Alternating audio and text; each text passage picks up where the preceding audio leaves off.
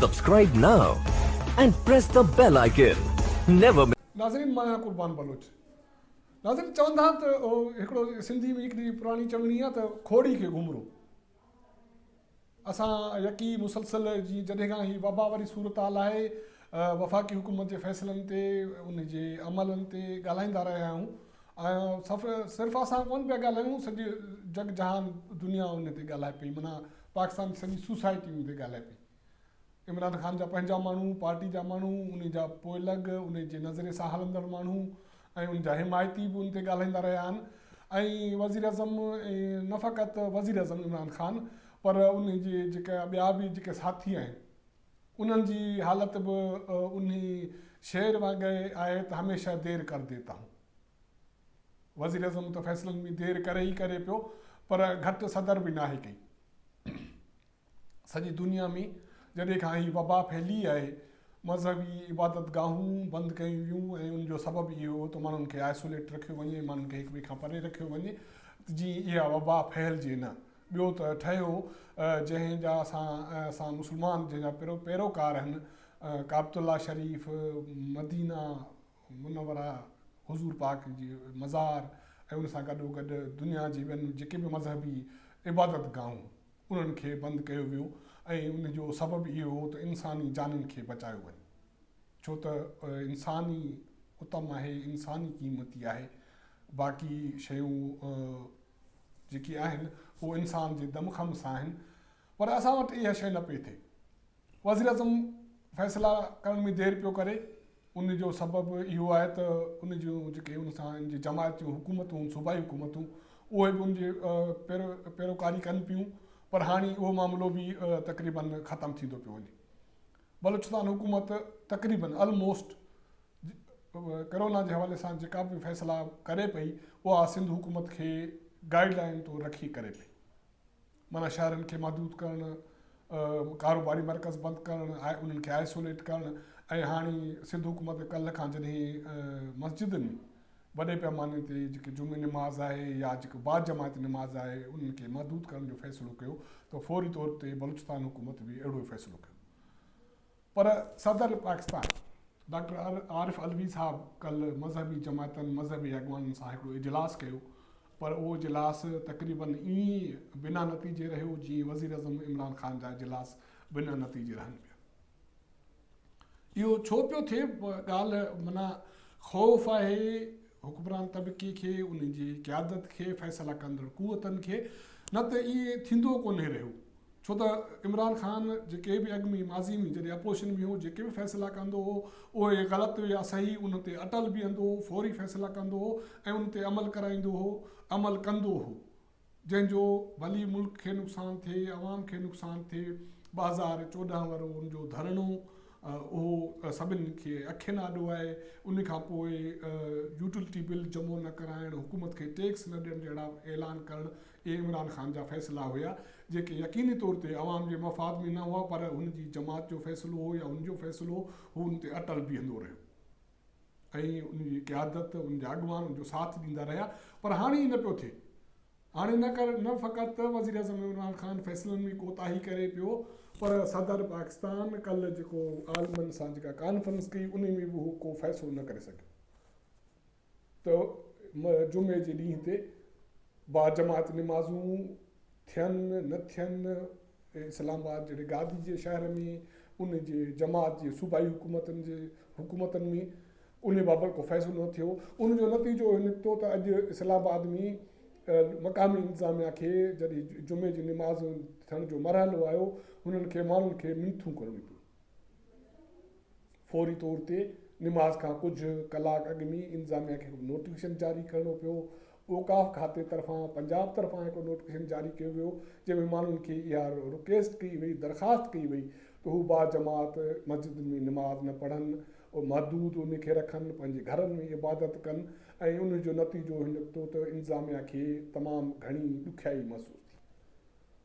मामिलो सिर्फ़ु इंतिज़ामिया जो न आहे त ॾुखियाई उनखे महसूसु थिए थी नथी थिए उनखे, छो त जॾहिं तव्हां फ़ैसिला करण में क्लियर न हूंदो ऐं उन में एम्बिग्यूटी हूंदी, मुंझारा हूंदा त फ़ैसिलनि में अमल दरामद करणु ॾाढो मुश्किल थींदो। इस्लामाबाद में, पंजाब में, KPK में इहे थिए पियो, जंहिंजो नतीजो इहो पियो निकिरे त उते केस इंतिहाई तेज़ी सां वधनि पिया।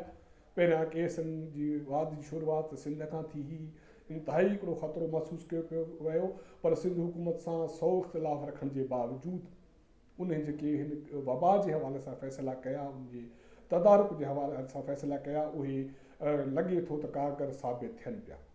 हाणे उते केस वाद जी जेका शरह आहे उहा घटि आहे, न त ख़तरो इहो हो त हींअर ताईं जेका शरह शुरू में शुरू थी हुई, हींअर ताईं केसनि जो अंदाज़ो 30-40 हज़ार हुजणु घुरिजे हा। पर ख़ुशकिस्मती आहे त उहे केस तमामु महदूद आहिनि। सिंध में केसनि जी वाद जी शरह तमामु घटि ई आहे, पर बदकिस्मती सां पंजाब में, इस्लामाबाद में ऐं KPK में सूरत हाल इंतिहाई मुख़्तलिफ़ आहे। इस्लामाबाद में केस तमामु तेज़ी सां वधनि पिया, तक़रीबन 25-26 केस थिया आहिनि, कोई 2 हफ़्ता अॻु में हिकिड़ो केस हुयो। पंजाब में केसनि जी शुरूआति काफ़ी देरि सां थी, पर हाणे उहे केस पंजाब सिंध जे लॻभॻि उन जे बराबरि अची विया आहिनि। अहिड़ी सूरत हाल KPK में आहे, गिलगित बल्तिस्तान में आहे। उन जो सबबु इहो आहे त हुकूमत, वफ़ाक़ी हुकूमत, उन जी जेका बि पोइ लॻ जेके सूबाई हुकूमत हुन, उहे फ़ैसिला करण में कोताही कनि पियूं, ऐं उन करे माण्हुनि जी जेका ज़िंदगी आहे उन ते रिस्क ते लॻायो पियो वञे। माण्हुनि जी ज़िंदगी रिस्क ते उहा लॻे थी, ऐं उनजो सबबु हींअर ताईं जेको ॾिसण में अचे थो उहो फ़ैसिलनि में देरि आहे। जेतोणीकि सिंध हुकूमत PTI जा पोइ लॻ माण्हू, उन जा अॻुवान, उन जा हम ख़्याल माण्हू जेके सिंध में आहिनि, उहो सिंध हुकूमत जे फ़ैसिलनि सां हम आहंगी ज़ाहिर कनि। उहो सोशल मीडिया ते बाज़ाब्ता तौर ते सिंध हुकूमत जे फ़ैसिलनि जी तारीफ़ कनि पिया, उन जी पोइ लॻी कनि पिया, ऐं इहे जेके बाजमात निमाज़नि वारे अमल खे महदूद करण जो अमल कयो वियो, उनखे सिंध PTI जे अॻुवाननि उनखे एप्रिशिएट कयो आहे। पर वफ़ाक़ी हुकूमत में, पंजाब में इहो अमल न पियो थिए, जंहिंजे करे ज़िंदगी रिस्क ते लॻे पई। हिते इस्लामाबाद जे बाराकहू वारे इलाइक़े में कुझु केस साम्हूं आया आहिनि, उनजे कुझु इलाइक़नि खे महदूद कयो वियो, उनखे कॉर्डन कयो वियो, माण्हुनि जी अचु वञु रोकी वई। ईअं शहज़ाद टाउन में अहिड़ो केस हिकु अधु साम्हूं आयो आहे, उन इलाइक़े खे महदूद कयो वियो, रोकियो वियो। ऐं इस्लामाबाद में इहे केसनि जो अंग हाणे वधे पियो, ऐं उन सां गॾु पंजाब हुकूमत में आहे। माना यार हिकिड़ी अजीब ॻाल्हि आहे, हिकु रियासत जो सरबराह आहे, हू सॼी दुनिया खे ॾिसे पियो त उते रियासती सरबराह कहिड़ा फ़ैसिला कनि पिया। उहो सऊदी अरब हुजे, उहो मुस्लमान मुल्क ॿिया हुजनि, ईरान जहिड़ो मुस्लमान मुल्क, सऊदी अरब जहिड़ो मुल्क जिते मज़हब इंतिहाई उत्तम आहे ऐं हर फ़ैसिलो मज़हब जे, इस्लाम जे नुक़्ते नज़र खे रखी साम्हूं कयो वियो। उते बि इबादतनि गाहनि खे महदूद कयो वियो, उन्हनि खे बंदि कयो वियो, माण्हुनि जी मेड़ाकनि खे रोकियो। पर हिते असांजे मुल्क जो सरबराह इन हवाले सां पंहिंजा फ़ैसिला करण जे बजाए वरी बि उन मज़हबी अॻुवाननि जे फ़ैसिलनि जी पोइवारी करे थो, जेके चवनि था त मस्जिदूं खुलियल रहंदियूं, उते मेड़ाका थींदा, निमाज़ थींदी, बाजमात थींदी। यार बाजमात निमाज़ थींदी, महदूद थींदी, कहिड़ो तुक आहे?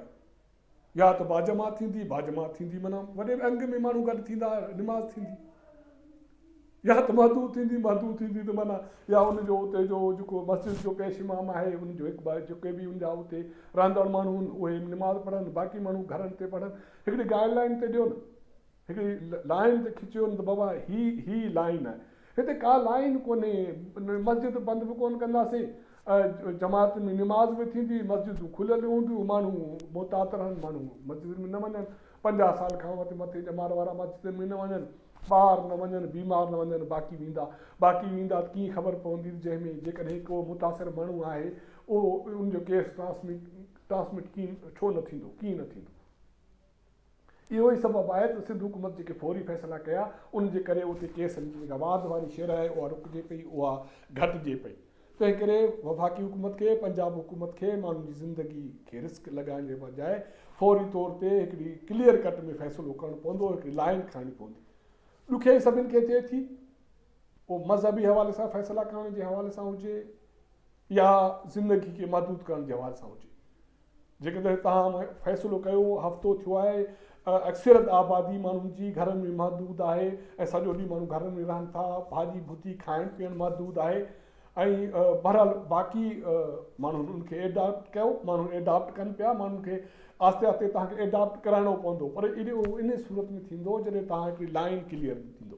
जेकॾहिं लाइन क्लियर न ॾींदो त माण्हू अमल न कंदा, जंहिंजे करे हिकिड़ी छुड़वागी वारे माहौल में हीअ जेका वबा आहे उहा पखिड़िबी, माण्हुनि जी ज़िंदगी रिस्क ते लॻंदी। तंहिं करे ज़रूरी आहे त हुकूमती सरबराह वज़ीर आज़म इमरान ख़ान हुजे या मुल्की सरबराह रियासत सरबराह सदर आरिफ अलवी, उन्हनि खे हिन वबा जे हवाले सां ज़िंदगियूं बचाइण जे, माण्हुनि जूं ज़िंदगियूं बचाइण जे हवाले सां क्लियर कट लाइन अख़्तियार करणी पवंदी, न त इंसानी जान जो नुक़सानु थींदो जंहिंजो को काथो न आहे ऐं जंहिंजो को तदारुक थियणु करणु पोइ मुश्किल थींदो। हीअ अपडेट हुई, असां तव्हां सां गपशप कई आहे। असांजो चैनल ॾिसंदा रहो, उनखे शेयर कयो ऐं सब्सक्राइब कयो।